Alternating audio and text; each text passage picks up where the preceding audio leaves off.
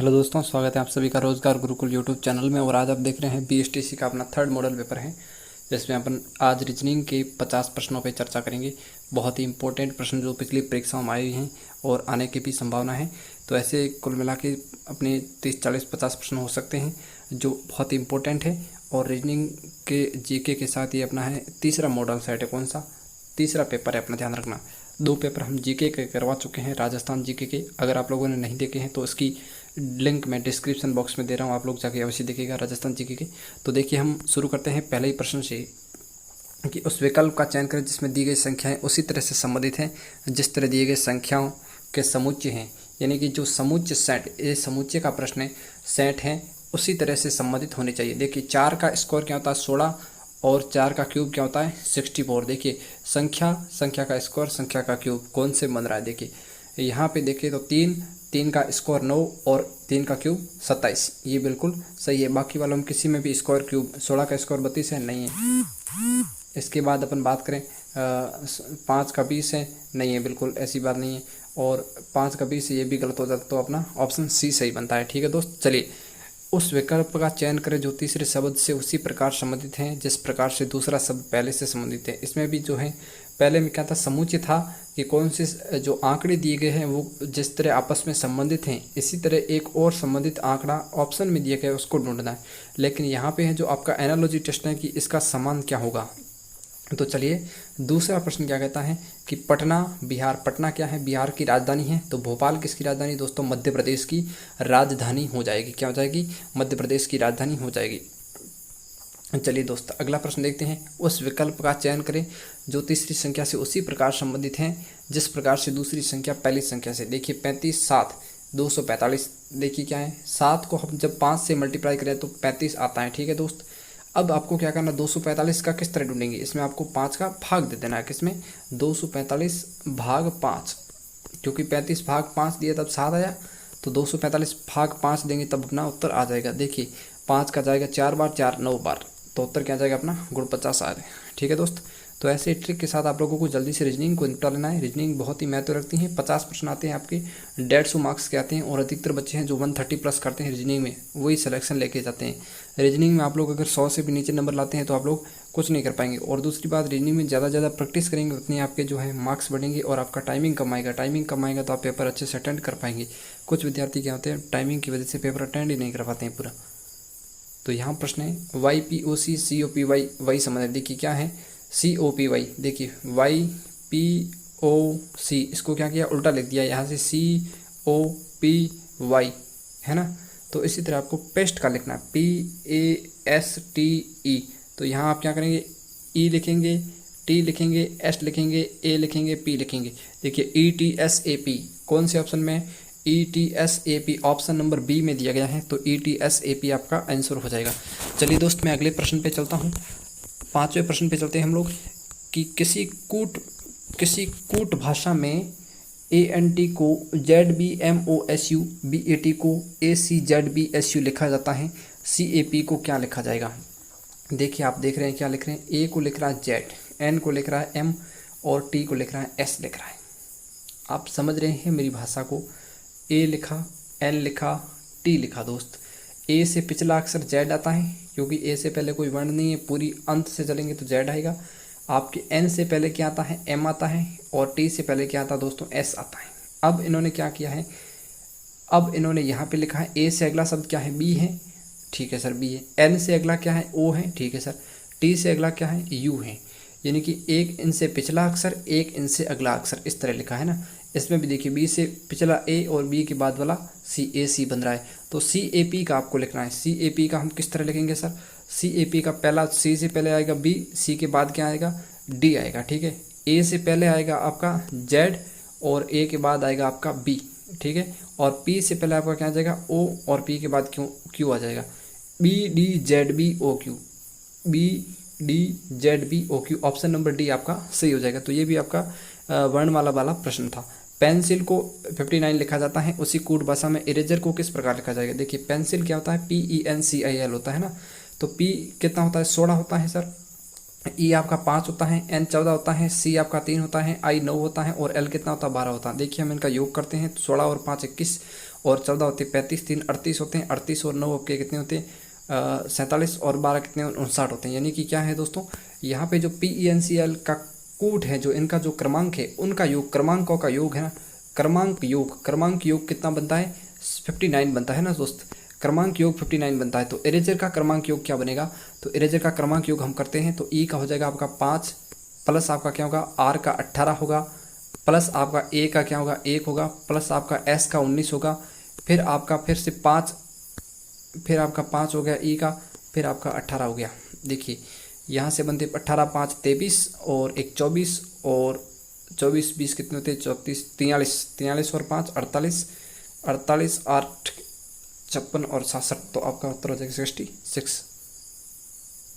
ठीक, तो दोस्त सातवां प्रश्न कह रहा है कि उस संख्या का चयन करें जो निम्नलिखित श्रृंखला में प्रश्न चिन्ह के स्थान पर आएगी। ये भी एक तरह से सीरीज का प्रश्न है, देख रहे हैं आप लोग 2 से 5, 2 5 11 23 47। देखिए कितने का गैप आ रहा है सर, 3 का आया, 6 का आया, 6 के बाद कितने का गया 12 का आ गया, 12 के बाद कितने का आ गया 24 का आ गया, 24 के बाद कितना आएगा आपका 3 दूना 6, 6 दूना 12, 12 दूना 24 और दूना 48 आएगा सर। सॉरी 48 को 47 में जोड़ेंगे तब कितना आएगा 7 8 15 4 4 8 1 9 95 आपका उत्तर आ जाएगा 95। ठीक है भाई, चलो अगले प्रश्न से चलते हैं दोस्तों। उस अक्षर का चयन करें जो निम्नलिखित श्रृंखला में प्रश्न चिन्ह के स्थान पर प्रतिस्थापित करता है। देखिए एच कौन से स्थान पर है 8वें, के 11वें पर, क्यू 16वें पर और जेड 26वें पर। कितना डिफरेंट आ रहा है देखिए, 3 का 5 का, 5 के बाद कितना आया 10 का आया है ना, 16 से डायरेक्ट 26। क्यू कितने पर है सॉरी क्यू आपका बिल्कुल ये आपका रॉन्ग हो जाता है एक बार। एच है आपके कौन से पर, जी 7 है और एच 8 पर है, के 11 पर है, क्यू कौन से पर है 17 पर है और ये है 26 पे। देखिए 3 का अंतर आया, 6 का आया, फिर आ गया आपका 9 का, फिर आ जाएगा आपके 12 का, 12 पे कौन सा आएगा के बाद एल, तो ऑप्शन नंबर बी एल आपका उत्तर हो जाएगा। ठीक है दोस्तों, अगला प्रश्न है उस पद का चयन करें जो निम्नलिखित श्रृंखला में प्रश्न चिन्ह के स्थान पर आएगा, यानी कि प्रश्न चिन्ह को प्रतिस्थापित करेगा। देखिए यू का 21 कॉर्ड सही है, ओ का 15 सही है, आई का 9 सही है, ई का 5 सही है, ये तो राइट है। लेकिन यू से ओ, you O I E, you 21 पे है, कितना कम हुआ 6 कम हुआ, यहाँ भी 6 कम हुआ और यहाँ कितना कम हो रहा है दोस्तों 4 कम हो रहा है। देखिए 9 से 5 4 ही कम हो रहा है, यहाँ 6 से का गैप आ रहा है, ओ से 9 पे आए, यहाँ 15 से 9 6 का गैप है और 9 से 5 पे आए, यहाँ 4 का गैप है, यहाँ भी हम 4 का गैप लेंगे तो ई से ए पे आएंगे, ए का कॉर्ड क्या है 1, तो A1 आपका उत्तर हो जाएगा दोस्तों, ऑप्शन नंबर सी।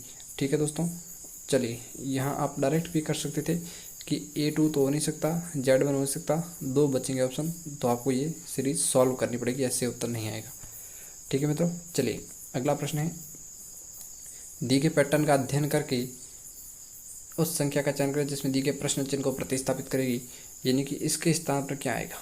ये क्या है, एक तरह का पासा है दोस्तों, क्या है एक तरह का पासा है। तो पासे वाले सवाल आप लोगों को किस तरह से करने हैं, देखिए सॉरी ये एक सीरीज है, पासा नहीं है, पासा भी कभी कभी ऐसा खुला आता है, लेकिन ये एक तरह की सीरीज है। 4 3 12 होते हैं ना, 4 × 3 12, 5 × 4 20। अब 8 को किससे मल्टीप्लाई करेंगे 56 आ जाएगा। देखिए 56 के अंदर हम जब 8 का भाग देंगे तो हमारा उत्तर आ जाएगा 7। कितना आएगा 7। देखिए आप डायरेक्ट 7 लिख सकते हैं, लेकिन बड़ी संख्या हो तब आप इसके अंदर भाग देंगे तो आपका ये उत्तर आ जाएगा। ठीक है, तो आपका उत्तर हो जाएगा 7। गणितीय चिन्हों के उस सही संयोजन का चयन करें जो रिक्त स्थानों के क्रमिक रूप से रख दिया जाए। तो यहाँ पे क्या है कि इनमें से कौन सा चिन्ह रखेंगे तो आपके जो है बिल्कुल सही उत्तर बनेगा दोस्तों। ठीक है ना, तो यहाँ पे क्या है चिन्ह को रखना है, तो आप बारी बारी से चेक करते हैं। माना कि हम चेक कहाँ से स्टार्ट करते हैं, हम लोग पहले इस चिन्ह से स्टार्ट करते हैं। पहला चिन्ह हमारा क्या है, पहला चिन्ह हमारा पहले गुणा का है, फिर हमारा बराबर का है, फिर हमारा माइनस का है और फिर जो है हमारा किसका है, फिर माइनस का है। गुणा बराबर माइनस का है। ठीक है, तो हम पहला ही चिन्ह लेते हैं 15 इंटू आपका क्या है 15 × 5 बराबर 2 माइनस 1, 15 × 5 45 बराबर 1 होता है क्या, जी नहीं होता है, तो पहला ऑप्शन आपका गलत। दूसरा देखिए 15 भाग 5 बराबर 2 प्लस 1, तो यहाँ आता 3 और यहाँ भी 3 आता, तो ऑप्शन नंबर 2 आपका सही हो जाएगा। आगे आपको जाने की जरूरत नहीं है, पहला आपका ऑटोमेटिकली गलत हो गया। ठीक है, चलो भाई 12वां प्रश्न लेते हैं हम लोग। दिए गए समीकरण में फंक्शन अपरिवर्तित रहता है, चौथे समीकरण में प्रश्न चिन्ह के स्थान पर क्या आएगा। देखिए क्या आएगा, देखिए ये उत्तर आपको बहुत ही डिफिकल्टी के साथ लेना है। सर देखिए 5 × 3 19 आ रहा है, 6 × 3 क्या आ रहा है 22 आ रहा है ना, 6 × 3 22 आ रहा है। तो यहाँ पे एक आप लोग पकड़ सकते हैं कि जो है 4 ऐड हो रहे हैं, इनको अगर मल्टीप्लाई कर दे और 4 ऐड कर दे तो इनका बराबर वाला ऑप्शन आता है। जैसे 5 को 3 से मल्टीप्लाई किया प्लस आप लोग 4 कर दें तो 15 + 4 कितना होता है 19 होता है। 6 को 3 से मल्टीप्लाई किया 18 + 4 22 होता है ना, और 6 को 5 से मल्टीप्लाई किया 30 + 4 34 होता है। तो 12 को 2 से मल्टीप्लाई करें प्लस आप लोग 4 ऐड कर दें, 12 दूना 24 + 4 क्या हो जाएगा सर 28 हो जाएगा। ठीक है ना, तो आपका उत्तर हो जाएगा 28, जो कौन से ऑप्शन में है 28 आपका दिया गया सी ऑप्शन में। ठीक है, ऑप्शन नंबर सी में दिया गया, तो सी आपका बिल्कुल राइट हो जाएगा, 28 आपका उत्तर हो जाएगा। ठीक है, चलो भाई अगले प्रश्न में चलते हैं। अगली स्लाइड देते हैं हम लोग। अगली स्लाइड क्या है, वेन डायग्राम को लेकर के हैं दोस्तों। वेन डायग्राम के भी अच्छे प्रश्न आजकल पूछे जाते हैं, तो मैंने ज़्यादातर जो सीरीज और वेन डायग्राम के प्रश्न लिए हैं। जो हल्के प्रश्न वर्णमाला के बहुत ही कम पूछे जाते हैं आजकल, बहुत ही 1-2 प्रश्न पूछे जाते हैं, लेकिन ये प्रश्न ज़्यादातर पूछे जाते हैं ये और सीरीज वाले। तो देखिए वर्गों के बीच का सर्वोत्तम संबंध निरूपण कौन से वैनारिक से होगा। उपकरण, कुल्हाड़ी, चाकू। आप जानते हैं उपकरण के अंदर दोनों आ जाते हैं, कौन कौन आते हैं कुल्हाड़ी और चाकू आते हैं, लेकिन इनका दोनों का आपस में कोई रिलेट नहीं है, तो ऑप्शन आपका ए राइट हो जाएगा। ठीक है भाई, चलो अगला प्रश्न है कि निम्नलिखित वर्गों के बीच का संबंध का सर्वोत्तम निरूपण कौन सा होगा। तो यहाँ भी वही है, फल, सब्जी, अमरूद। देखिए फल ये आ गया आपका अमरूद, सब्जी हो गई आपकी बार, तो ऐसा ऑप्शन कौन सा है आपका, ऐसा ऑप्शन आपका ऑप्शन नंबर डी है। ठीक है, चलो भाई हम लेते हैं अगला प्रश्न 15वां। 15 में भी वेन डायग्राम लिया है हम लोगों ने। 15वां सर क्या कह रहा है आपका, 15वां कह रहा है निम्नलिखित वर्गों के बीच संबंध का सर्वोत्तम निरूपण करने वाले वेन आरेख का चयन कर। यहाँ भी वही करना है। देखिए कभी कभी क्या है कि इनके बीच कौन सा नहीं होगा ऐसा भी दे सकता है, तो प्रश्न को पहले अच्छे से पढ़ना है। पशु के अंदर कौन आएगा, खरगोश आ जाएगा, मतलब जानवर के अंदर खरगोश आएगा, पशु गलत लिखा है, जानवर आ जाएगा, और जो पौधे हैं वो एकदम बाहर हो जाएंगे। तो कांस्टेंट हमारे पिछले की तरह ही उत्तर बन रहा है, तो ऑप्शन नंबर डी हो जाएगा। ठीक है सर, चलिए भाई अगले प्रश्न पे चले। तो विकल्पों में दिए गए पैटर्न में से कौन सा पैटर्न मोड़ जाने पर निम्न घन का आकार ले लेगा, यानी कौन सा आकार ले लेगा। देखिए सर हमारे पास बाकी के ऑप्शन नहीं है, लेकिन इतने तो हैं कि हम प्लस माइनस और बराबर दे रखे हैं, प्लस माइनस बराबर। देखिए ये तीनों एक साथ हैं, कभी भी ये एक दूसरे की विपरीत नहीं है, ध्यान रखना। प्लस का विपरीत माइनस नहीं है और ना ही बराबर है, तो कहाँ का ऐसा ऑप्शन बन रहा है। देखिए यहाँ प्लस का उल्टा माइनस दे रखा है, लेकिन ऐसा इस डायग्राम के अनुसार नहीं होगा, बिल्कुल गलत हो गया सर। नीचे अगर हम चलें तो देखिए प्लस माइनस बराबर में कौन सा डायग्राम बनता है। देखिए सर इसमें क्या दे रखा है, प्लस में यहाँ नहीं दिया है, यहाँ देखिए प्लस दे रखा है, यहाँ माइनस दे रखा है ना, तो ये दोनों एक साथ नहीं हो सकते, ये भी आपका गलत हो सकता है। ठीक है सर, अगली बात करें किसकी, पहले डायग्राम की हम लोग बात करें तो पहले डायग्राम की क्या क्या हो सकता है, संभावना क्या है। प्लस हैच बीच का आपके खाली है, यहाँ बराबर है, यहाँ आपका माइनस है, तो हम लोग इस आधार पर कह सकते हैं ये एक आपका चिन्ह है, यही आपका एक चिन्ह है, और ये आपका जो चिन्ह कौन सा है, ये आपका एक खाली भी चिन्ह है, खाली भी चिन्ह है। तो ये तीनों भी एक साथ कहीं अपोजिट दिख रहे हैं तो भी अब आपका गलत हो सकता है ना सर। तो बिल्कुल, तो यहाँ पे देखिए आप लोग क्या दिख रहा है, यहाँ जो ये इसका अपोजिट प्लस आ रहा है, इसका क्या आ रहा है बराबर आ रहा है, और माइनस का क्या है खाली आ गया। ठीक है सर आ गया, लेकिन यहाँ पे जो है यहाँ बराबर आ रहा है, ये प्लस का ये आ रहा है, इसका आ रहा है, और खाली का माइनस आ रहा है, और यहाँ पे क्या आ रहा है माइनस का खाली आ रहा है। तो दोस्तों इसमें थोड़ी कंफ्यूजिंग वर्ड है, कंफ्यूजिंग नहीं है, ये प्रश्न थोड़ा एरर कर दिया हम लोगों ने। तो दोस्तों यहाँ पे जो था क्या था, ये पहला डायग्राम इस तरह है, मैं पहला डायग्राम आपको दोबारा बना के दिखा रहा हूँ। पहला डायग्राम आपका इस तरह का है, पहला डायग्राम में क्या है, तो दोस्तों पहले डायग्राम यहाँ पे ये चिन्ह है, और यहाँ पे जो दोस्तों आपका दे रखा है उसमें आपका जो चिन्ह है कौन सा है, ये आपका खाली है। तो आप जानते हैं कि जो एक साथ दिख नहीं रहे वो एक दूसरे के विपरीत नहीं हो सकते। यहाँ पे जब खाली दे रखा है तो ये इसका विपरीत नहीं होगा, तो ये आपका उत्तर गलत हो जाएगा, ऑप्शन बनेगा आपका सी। ठीक है दोस्तों, यहाँ टाइपिंग एरर थी, कुछ ज़्यादा प्रॉब्लम हो गई आप लोगों को, क्षमा चाहूँगा। अगला प्रश्न देखते हैं, एक ही पासे की 4 अलग अलग स्थितियाँ दिखाई गई हैं, उस अक्षर का चयन करें जो बिल्कुल इसके ओ के सामने सतह होगी। कौन सी सतह दोस्तों? ओ के सामने, यहाँ ओ लिखा हुआ आपके, ओ के सामने कौन सी सतह होगी? आपको क्या करना है, कई डबल दिख रहे हैं आप लोगों को? बिल्कुल सर डबल तो दिख रहे हैं। डबल नहीं दिख रहे कोई बात नहीं, इन दो पासों की हम कंपेयर कर लेते हैं। इनमें कॉमन क्या है सर? आपका एम कॉमन है, तो एम से आप क्लॉकवाइज घुमा लो दोनों को, एम डी ई, फिर एम से घुमाया, फिर आएगा एम सी ई आया है ना। एम और ई तो कट गए सर, एम और ई तो सॉरी एम, यहाँ पे क्या कर रहे हैं आप लोग? यहाँ आपका है एम डी ई है सर। अगर आता है एम सी ओ आता है तो ई का विपरीत क्या आ जाएगा सर? ओ हो जाएगा। तो यहाँ ओ का विपरीत पूछा है तो आपका ई हो जाएगा। ठीक है, चलो भाई अगला प्रश्न देखते हैं। यदि एक दर्पण को एम एन रेखा, यानी कि यहाँ दर्पण रखा है आपका, इस तरह आपका दर्पण रखा है कुछ, यहाँ पे आपका कोई दर्पण रखा है और ये चिन्ह है, तो आपका किस प्रकार से जो है विलोम बनेगा? तो दोस्तों आपका ये बन जाएगा बिल्कुल, यहाँ ये चिन्ह है जो यहाँ बन जाएगा, और ये जो चिन्ह है वो कहाँ बनेगा? वो बनेगा इस तरह। ठीक है दोस्त, थोड़ा सा दूर बनेगा, मैं इसको थोड़ा सा दूर बना देता हूँ। ठीक है भाई, चलो नीचे लेते हैं। ये आपका होगा? जी नहीं होगा। देखिए नीचे लेते हैं हम लोग अगर, तो दोस्तों क्या बनता है, यहाँ पे भी हम लोगों ने ऑप्शन में थोड़ी सी गड़बड़ कर दी है। ये एक बार प्रीवियस में आया था, इसलिए वहाँ से हमने प्रश्न लिया तो थोड़ा सा टाइपिंग मिस्टेक हो गया था। तो हमारा वो उत्तर क्या हो जाएगा?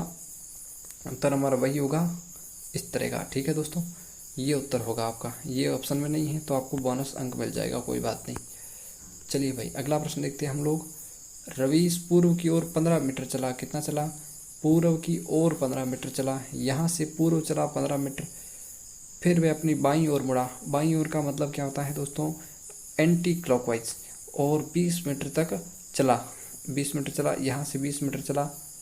सॉरी दोस्तों, मैं इसको थोड़ा सा नीचे लेता हूँ ताकि अच्छा रहे ना।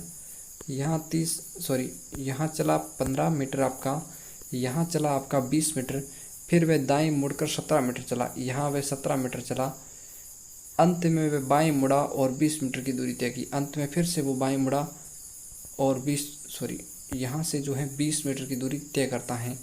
अब कह रहा है कि रवीश अब किस दिशा के सम्मुख है। अब रवीश मतलब किस दिशा के सम्मुख है, तो सॉरी दोस्तों, यहाँ पे जो हम लोगों ने ज़्यादा डायग्राम आप लोगों को अगर अंत में देखना, अगर दिशा बन रही, क्या पूछ रहा है अंत में अगर दिशा ही पूछ रहा, तो आपको ये दूरी ज़्यादा नहीं करनी है। आपको क्या करना है, पूर्व की ओर चला, फिर बाएं मुड़ा, फिर दाएं मुड़ा, फिर आपके जो है दाएं मुड़ता है, 20 मीटर की दूरी बाएं मुड़ा है। अब आप लोग को क्या करना है, यहाँ से इतना ही करना, ज़्यादा नहीं करना है, 17 मीटर नहीं लगना है। फिर 15 चला, 20 चला, 17 चला, फिर 20 चला, तो ये कौन सी दिशा आ गई? उत्तर दिशा होगी अपने। ठीक है, ऑप्शन सी हो जाएगा आपका। चलिए, एक बच्चा घुटनों के बल पूर्व 1 एम चलता है। अब वह अपनी दाईं ओर मुड़ता है और 2 एम चलता है, दाईं ओर चलता है 2 मीटर। ठीक है दोस्तों, और इसके बाद वह प्रत्येक यू टर्न लेकर 4 मीटर चलता है। यू टर्न लेता है, ठीक है, यू टर्न लेकर 4 मीटर चलता है। अंत में अपने दाईं ओर मुड़ता है, मतलब दाईं ओर का मतलब हो जाएगा सही दिशा हो जाएगी, यानी ये कौन सी दिशा दोस्तों? आपकी उत्तर दिशा हो जाएगी। ठीक है, चलिए भाई अगला प्रश्न। यू टर्न का मतलब है यूँ, जहाँ जा रहा है ये ऐसे जा रहा है तो इसका वापस ऐसे कर देना है। ठीक है, यू टर्न यही होता है, यू का यू नहीं बना देना। डेविड अनिल का पोता है, ये डेविड है, ये अनिल का पोता है। क्या? अनिल का पोता है। रॉय अर्नब का भाई है। रितेश डेविड के पिता हैं। देखिए, डेविड अनिल का पोता है और रितेश डेविड के पिता हैं। रितेश क्या है? डेविड के पिता है, यानी कि इसके पुत्र हैं रितेश। कौन? रितेश इनके पुत्र हैं। किसके? अर्नब के पुत्र हैं। सॉरी, अनिल के पुत्र कौन हैं? रितेश हैं, और रितेश का पुत्र कौन है? आपका डेविड है। अनिल का रितेश से क्या संबंध है? अनिल रितेश के क्या लगेंगे? अनिल रितेश के पिताजी लगेंगे, सीधा है। ये आपका कोई ऐसे ही दिया है आपको कंफ्यूज करने के लिए। ठीक है दोस्तों, ऐसे आते हैं अक्सर परीक्षा में, ये इसका कोई मतलब नहीं है, फिर भी आपको सॉल्व कराएगा ताकि आप लोग कंफ्यूज हो जाए।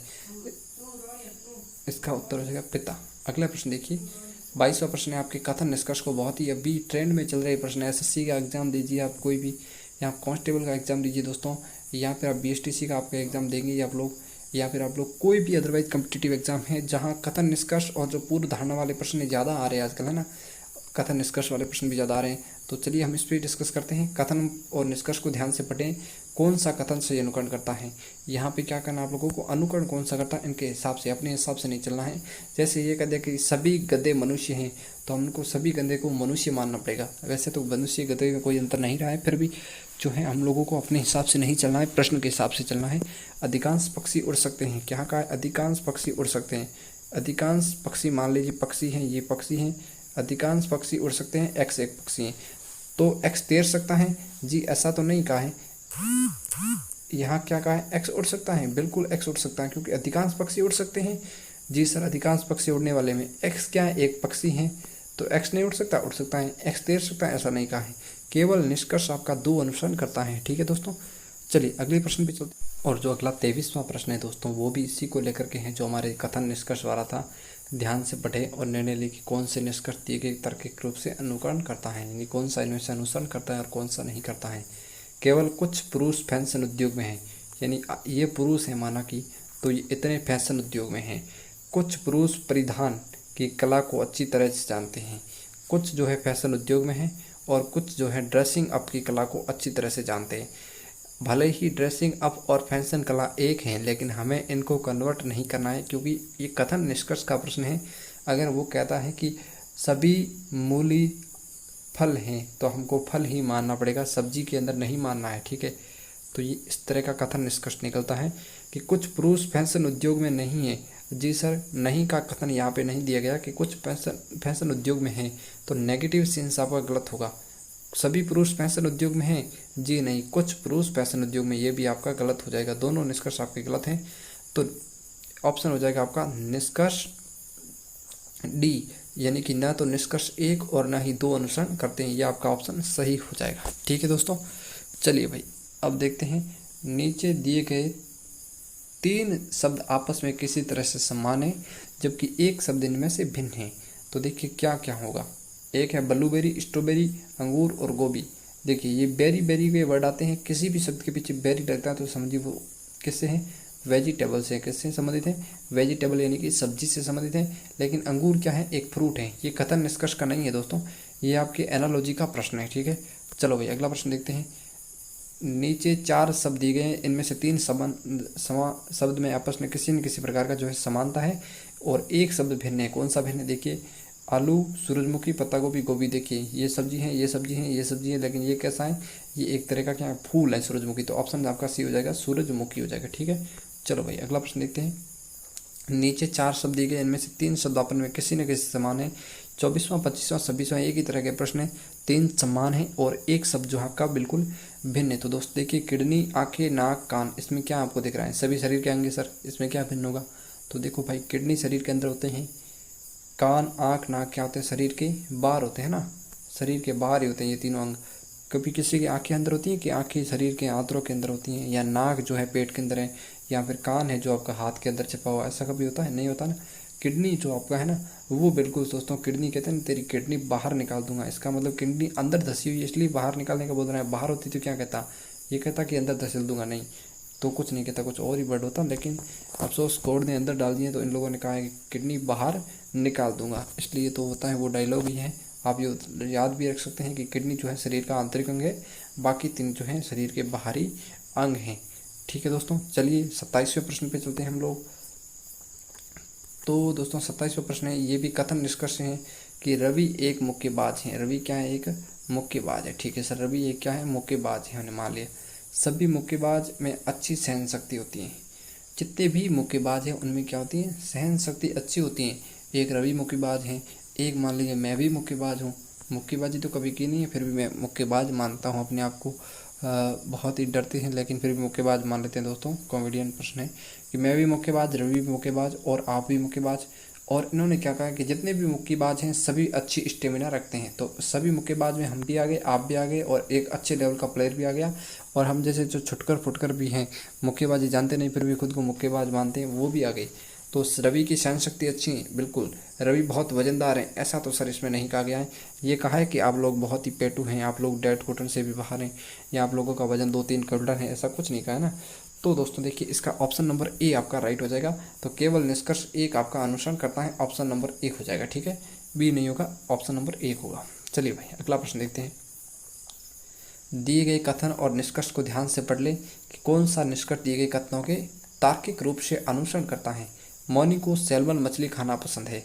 मौनी क्या है? मौनी क्या करती है? सैल्मन खाना पसंद करती हैं। ठीक है सर। मौनी को झींगा मछली खाना पसंद नहीं है, सैल्मन खाना पसंद है। मौनी को क्या करती हैं? सैल्मन खाती हैं। मौनी क्या करती हैं सर? मौनी है, ये आपकी मौनी है, ये खाती हैं सैल्मन मछली खाती हैं। ठीक है, ऐसे आपको कन्वर्ट करना है इसको। मौनी को झींगा मछली पसंद नहीं है। एक झींगा मछली है वो मौनी को पसंद नहीं है, बाकी सब सैल्मन का जो खाना पसंद है। मौनी को सभी प्रकार समुद्री भोजन खाना पसंद नहीं है, ऐसा तो नहीं कहा है। सैल्मन मछली तो इसको पसंद है, लेकिन झींगा नहीं है, तो कुछ पसंद है कुछ पसंद नहीं है। ये आपका उत्तर गलत हो जाएगा। मौनी को सभी प्रकार के समुद्री भोजन खाना पसंद है। क्या इसको सभी प्रकार के समुद्री भोजन खाना पसंद है? जी नहीं, इसमें ऐसा भी कुछ नहीं कहा गया है। तो आपका उत्तर हो जाएगा कोई भी निष्कर्ष अनुसरण नहीं करता है। ठीक है दोस्तों, ये होगा आपका ना तो निष्कर्ष ए फर्स्ट एंड ना ही निष्कर्ष सेकंड अनुसरण करता है। अगला देखिए, दो तर्क हैं और कथन है, फिर निष्कर्ष भी दिए गए। देखिए यहाँ जो है तर्क दिए गए हैं, तर्क वाले प्रश्न है। ऊपर हमने निष्कर्ष वाले पढ़े, ये तर्क वाले हैं। क्या स्कूल के क्षेत्र में भोजन गृह होने चाहिए? यहाँ दोस्तों रियलिटी से इसको कनेक्ट करना है, रियलिटी से कनेक्ट करना है और कथन से भी कनेक्ट करना है, लेकिन रियलिटी रखनी है। जैसे कि सब्जी को, आलू को सब्जी मानना है, फल नहीं मानना है यहाँ पे। लेकिन कथन निष्कर्ष में कहा है कि सभी आलू फल हैं तो फल नहीं मानना पड़ेगा। क्या स्कूल के क्षेत्र में भोजन गृह होनी चाहिए? हाँ, कुछ छात्रों और कर्मचारियों के लिए प्रतिदिन अपने घर से खाना लाना असुविधाजनक होता है। नहीं, स्कूल के क्षेत्र में भोजन गृह नहीं होना चाहिए। ये दो नेगेटिव सेंस है, इसको आप लोग हटा सकते हैं। बिल्कुल सही बात है पहले में, तो आपका उत्तर ए हो जाएगा। केवल जो है एक तर्क मजबूत है। चलिए अगला लास्ट एंड फाइनल प्रश्न देखते हैं आज का। नीचे प्रश्न और उसके बाद दो तर्क हैं। यही प्रश्न जो 29वां था उसका ही जैसा एकदम प्रश्न आया है, बिल्कुल सेम टू सेम। तो देखिए, जो वर्तमान के एग्जाम है उसमें वर्बल रीजनिंग को ज़्यादा पूछ रहे हैं। कुछ जो आपकी आंकड़े वाली हैं, जो अर्थमेटिक कैलकुलेशन वाली और जो घड़ी कैलेंडर वाले प्रश्न आपने देखे होंगे 30 प्रश्नों की सीरीज में ये पूरे आए हुए प्रश्न हैं। इनमें एक भी प्रश्न नहीं आया था घड़ी वाला, कैलेंडर वाला। तो आप लोग कैलेंडर रट के न जाए। इन वर्बल रीजनिंग जो है माइंडिंग जो मेंटली डिपेंड करती हैं उस पर ज़्यादा प्रैक्टिस करें। क्या लैपटॉप डेस्कटॉप से बेहतर होते हैं? हाँ, उन्हें कहीं भी ले जाया जा सकता है, ये तो बात सही। लैपटॉप बेहतर होते हैं नहीं, ये निम्न विन्यास के होते हैं, ऐसा सर कोई अच्छी बात नहीं है। ये एक नेगेटिव सेंस है और प्लस इसका खंडन भी कर रहा है, तो ये गलत हो जाएगा तर्क के रूप में। तर्क में एक सही है, तो केवल तर्क एक मजबूत है, ऑप्शन नंबर ए हो जाएगा।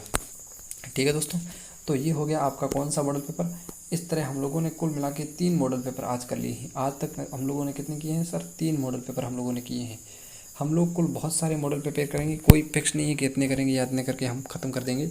मॉडल पेपर आप जितने ज़्यादा लगाओगे उतने ही आप लोगों की जो नंबर है 400 प्लस, 450 प्लस और 500 प्लस भी जा सकते हैं, जितने आप मॉडल पेपर देंगे। ठीक है सर, तो ये थे अपने मॉडल पेपर को लेकर के पूरा डिस्कशन। जो तीसरा मॉडल पेपर है आपके, उसमें कितने नंबर आए ये आप लोग कमेंट करें। और ऐसे ही वीडियो के लिए दोस्तों प्लीज़, पहले नहीं बताया लेकिन अब बोल रहा हूँ कि चैनल को सब्सक्राइब करके वीडियो को लाइक एंड शेयर जरूर कीजिएगा। अपने दोस्तों को स्टेटस लगाने के लिए कहिएगा कि वीडियो बहुत ही अच्छे आ रहे हैं, अच्छी क्वालिटी में आ रहे हैं और अच्छे प्रश्नों के साथ। क्वालिटी अच्छी हो या ना हो, लेकिन प्रश्न अच्छे ला रहे हैं हम लोग, ये हमारी अच्छी क्वालिटी है। वीडियो क्वालिटी हो सकता है कम ज़्यादा हो जाए, लेकिन प्रश्न की क्वालिटी में कोई भी फर्क नहीं आएगा। आपके प्रश्न जो 100% जो परीक्षा में आए हुए हैं या आ सकते हैं, ऐसे प्रश्न आएंगे। ये फालतू के प्रश्न जो होते हैं कि गाय का होता है, क्या होता है, गाय के 4 पैर हैं तो 10 गाय के कितने होंगे? तो 40 होंगे। तो ये प्रश्न आजकल नहीं पूछे जाते मित्रों। सरल प्रश्न मैं यहाँ ले आता हूँ, आप लोग वीडियो को लाइक कर देते हो और फिर आप लोग जो है खुश हो जाते हो कि सर बहुत ही सरल प्रश्न लाए हैं। हम वीडियो को शेयर करते हैं, अच्छे प्रश्न लाए, हमारे मार्क्स अच्छे आए और चैनल को सब्सक्राइब कर देते हैं, लेकिन वो दोस्तों आपको फ़ायदा नहीं देंगे। अब जैसे आज के प्रश्न में आपने सोचा होगा कि कितने डिफ़िकल्ट प्रश्न आए हैं, बिल्कुल आए हुए प्रश्न है, तो आप सोच लीजिएगा ये ऐसे प्रश्न आ गए तो आप लोग क्या करेंगे। बीएसटीसी में तो बिल्कुल सर रीजनिंग और जीके का ही खेल होता है। रीजनिंग और जीके जो है बहुत ही हार्ड लेवल का पूछा जाता है। जब आप पेपर देंगे तो आपको मालूम होगा कि बिल्कुल हम ये प्रश्न कर लेते तो हमें फ़ायदा होता। हम लोग सरल प्रश्न पढ़ के जाते हैं, वहाँ जाते हैं तो हम लोगों का क्या होता है, पूरा डेरा गोल हो जाता है, क्योंकि हमने सरल पढ़े और आगे जब हार्ड प्रश्न का हम सामना करते हैं तो बिल्कुल हम लोग रॉन्ग पोजीशन में जाते हैं और हमारे पूरे नेगेटिव होते हैं। अच्छी बात है कि नेगेटिव मार्किंग नहीं है, फिर भी आप लोग जो है डाउन हो जाते हैं और 300 से भी कम नंबर लाते हैं। कई मित्रों के साथ ऐसा हुआ है, तो आप लोग इस गलती को अवॉइड ना करें, अनदेखा ना करें और इसको सुधारना आप लोगों को इस गलती को। तो ये मॉडल पेपर आप लोगों को देने ही पड़ेंगे। आपको अनुभव हो जाएगा कि कितना हार्ड लेवल आता है वर्तमान में पेपर का। बीएसटीसी में भी, बीएसटीसी नहीं, एवन एग्जाम में भी ऐसा लेवल आने लग गया है। जो वर्तमान में वर्बल रीजनिंग है उसके प्रश्न बढ़ रहे हैं, इसलिए मैंने ज़्यादातर वर्बल रीजनिंग जो है आपके जो है वर्ण वाले आ गए, आपके जो है सीरीज वाले आ गए, आपके कथन निष्कर्ष वाले आ गए, और आपके तर्क वाले आ गए, और एक आपके वेन डायग्राम वाले आ गए। ठीक है ना, ये प्रश्न आ रहे हैं। और ज़्यादातर कौन से आ रहे हैं? इसके अलावा नॉन वर्बल में आते हैं आपके जो अल्फ़ाबेट वाले आते हैं। कौन से आते हैं? अल्फ़ाबेट वाले हैं। अल्फ़ाबेट से जो प्रश्न है ना वो ज़्यादा आते हैं ना। घड़ी कैलेंडर इनके प्रश्न नहीं आ रहे आजकल, आकृति गणना के ये प्रश्न बिल्कुल नहीं आ रहे। घड़ी के भी बिल्कुल कम आ रहे हैं और कैलेंडर के बहुत कम आ रहे हैं प्रश्न 2-3 सालों से। तो ये ट्रेंड हो चुका है वर्बल रीजनिंग का। तो दोस्तों आज की वीडियो में इतना ही, मिलेंगे फिर एक नेक्स्ट वीडियो में।